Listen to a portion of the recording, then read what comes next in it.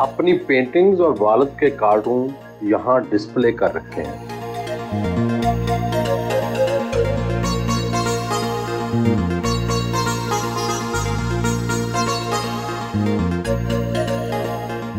ये म्यूजियम उन्होंने अपने वालिद के नाम पर बनाया है।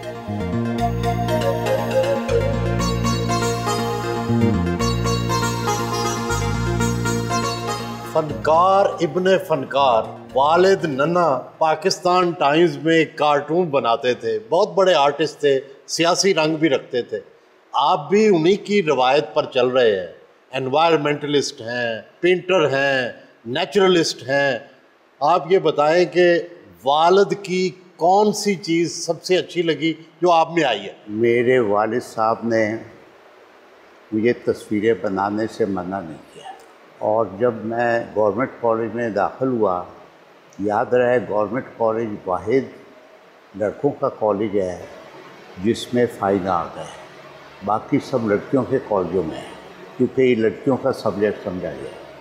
जब मैंने कहा मैं फ़ाइन आर्ट लूँगा, वालिद साहब कहने लगे बात तो ठीक है मगर इसमें रोटी कमानी बड़ी मुश्किल है। वालिद साहब से आपने क्या चीज़ ली? किस चीज़ से इंस्पायर हो के आप इस तरफ आए? शुरू में मैंने कुछ कार्टून बनाए थे वालिद साहब की तरह। एक अखबार होता जी, उर्दू का। उसमें मैंने 7 कार्टून दिए कि भाई एक 2 दिन बाद एक छाप देंगे। उन्होंने एक ही दिन 7 के 7 छाप के, तो मैंने पैसों का पूछा, उन्होंने 5 रुपए के हिसाब से दे दिए, 35 रुपये। वही मेरी वाहिद कमाई थी कार्टूनों की। उसके बाद मैंने कहा ये बड़ा मुश्किल काम है, क्योंकि कार्टूनिंग बड़ी मुश्किल है। आमद हो जाए तो रात के 2:30 बजे आ जाएगी, अगर आमद नहीं है तो बंदा परेशान ही फिरता रहता। वालिद साहब की क्या ख़ास खूबी थी कार्टूनों में? पहली तो बात यह है, पॉलिटिकल कार्टून बनाते थे।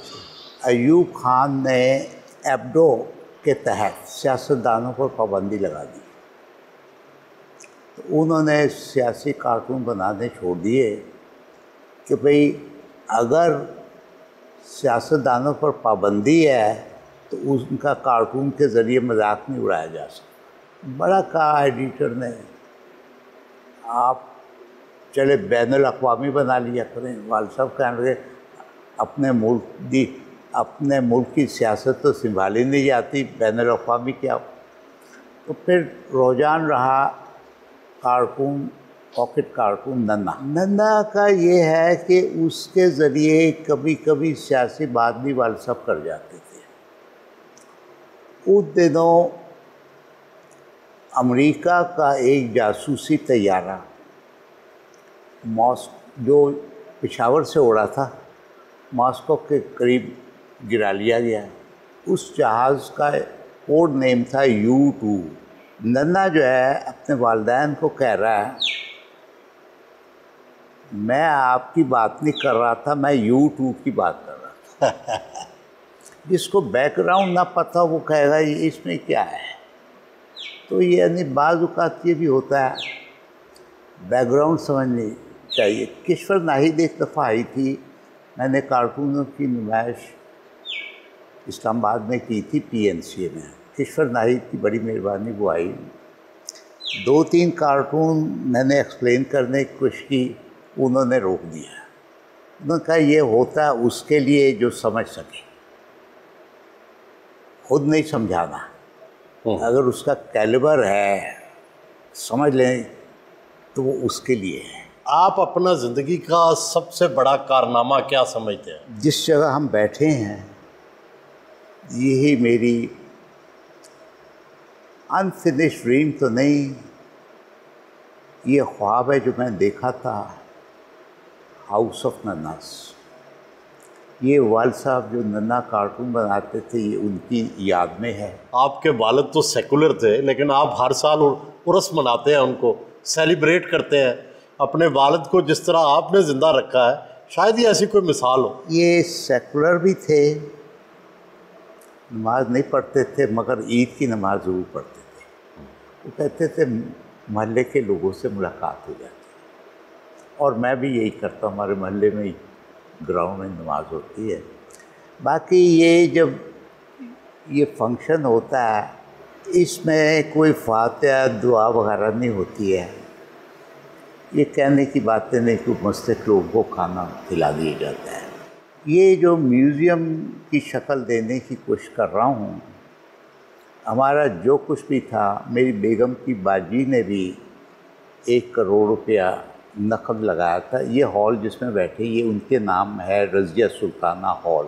तो अब ये ग्रे स्ट्रक्चर है, बनाया कुछ इस तरह के फ़न तामीर के स्टूडेंट्स देखें कि कैसे चेपियाँ लगी हुई हैं। इसमें कोई आपने सारे नेचुरल इंग्रेडिएंट यूज़ किए हैं, कुदरत की चीज़ें, कोई मसनूई चीज़ इस्तेमाल नहीं की? मसनूई हो के भी ना हो के भी मसनूई चीज़ें, सीमेंट तो है। एक कामिल ख़ान मुमताज़ है, मेरे सीनियर दोस्त हैं, वो तो चूना, वो तो पुराने ज़माने वाला चूना इस्तेमाल करते हैं बतौर सीमेंट। वो बड़ा महंगा भी है। नहीं, लेकिन आपने भी यहाँ पत्थर, ईंटें और कोशिश की है कि हर चीज़ की एनवायरनमेंट, बिल्कुल। आपने सारे जो दरख्त लगाए हैं बाहर, वो भी देसी हैं, वलायती कोई नहीं लगाया। और जो खाद देते हैं वो भी आप गोबर की खाद देते हैं, और इसका माहौल भी आपने कोशिश की है नेचुरल हो। डॉक्टर साहब, आपने फ़ाइन आर्ट्स में पढ़ाई की, फिर आपने तुर्की से जो है वो डिग्री ली, फिर आपने PhD की। ये बताएं कि पाकिस्तान में जो आर्किटेक्चर है, पाकिस्तान में जो पेंटिंग है, जो आर्ट्स है, इसके क्या हालात हैं बाकी दुनिया के मुकाबले? ये हालात हमेशा से ही सारी दुनिया के सारे मुल्कों में मिलते जुलते ही रहे हैं। जुस्तजू का नाम है आर्ट, जुस्तजू का नाम है अदब, मौसीकी, हर चीज़ जो क्रिएटिव है उसमें जुस्तजू अगर ना हो तो उसमें चुभन नहीं होगी। तुर्की का एक्सपीरियंस, तजर्बा बहुत अच्छा रहा।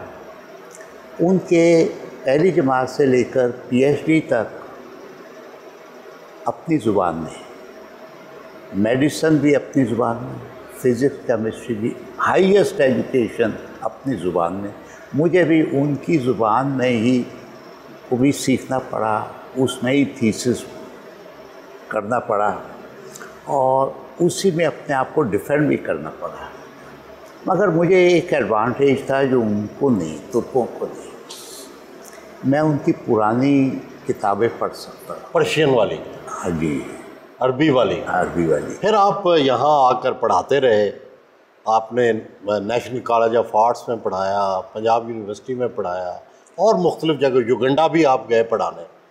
तो ये एज ए टीचर आपके तजर्बात का निचोड़ क्या है? युगंडा में ईदी अमीन, बहुत कम लोग जानते हैं, युगंडा में 80% ईसाई, सदर उनका मुसलमान। तंजानिया में जूलियस न्येरे, 80% मुसलमान, सदर उनका ईसाई।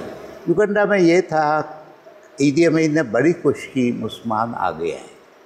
उनकी पॉलिसी ये थी कि जो बच्चा यूनिवर्सिटी दाखिल हो गया, अब वो यूनिवर्सिटी की ज़िम्मेदारी है, कोई फ़ीस नहीं, कोई बोर्डिंग लॉजिंग नहीं, पेंट मटेरियल भी वहीं मिलता था, और थोड़ा सा पॉकेट मनी भी था जो बचा के अपने गांव भेज देते थे।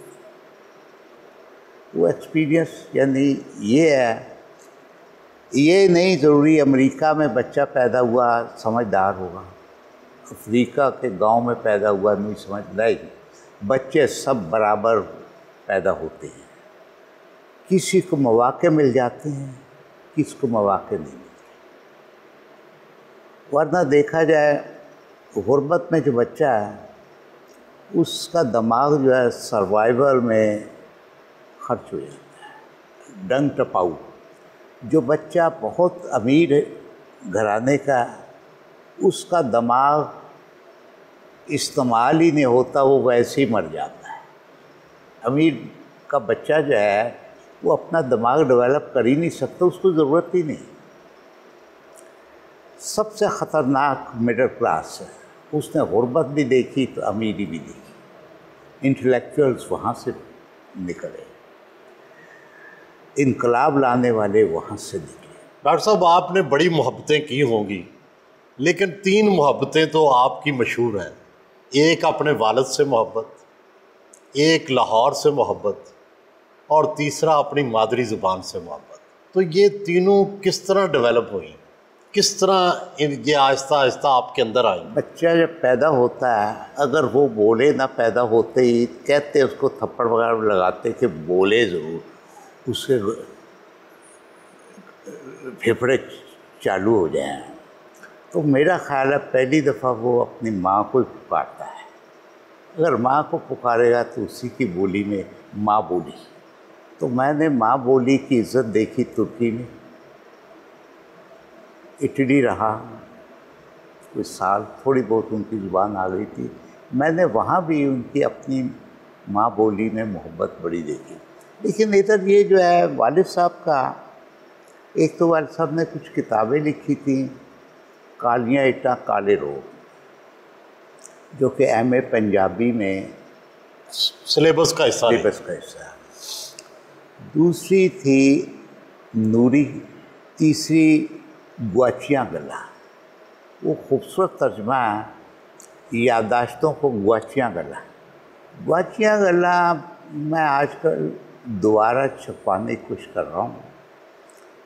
वो है 2 साल पहले पाकिस्तान बनने से 2 साल बाद के शिमला कॉन्फ्रेंस वगैरह पाकिस्तान टाइम्स के हालात में निकला। उसमें लिखते हैं कि लेके रहेंगे पाकिस्तान, आपका अंग्रेज़ी अखबार तो है नहीं, कैसे आप 2 माह भी जंग जीत सकते हैं। तो ये भी कोशिशों से, क्योंकि डॉन जो है, डॉन का दिल्ली का, वो फसादात में जला दिया गया था। जिन्ना साहब ने दोबारा ही जारी करवाया। वालिद साहब डॉन में भी दिया करते थे।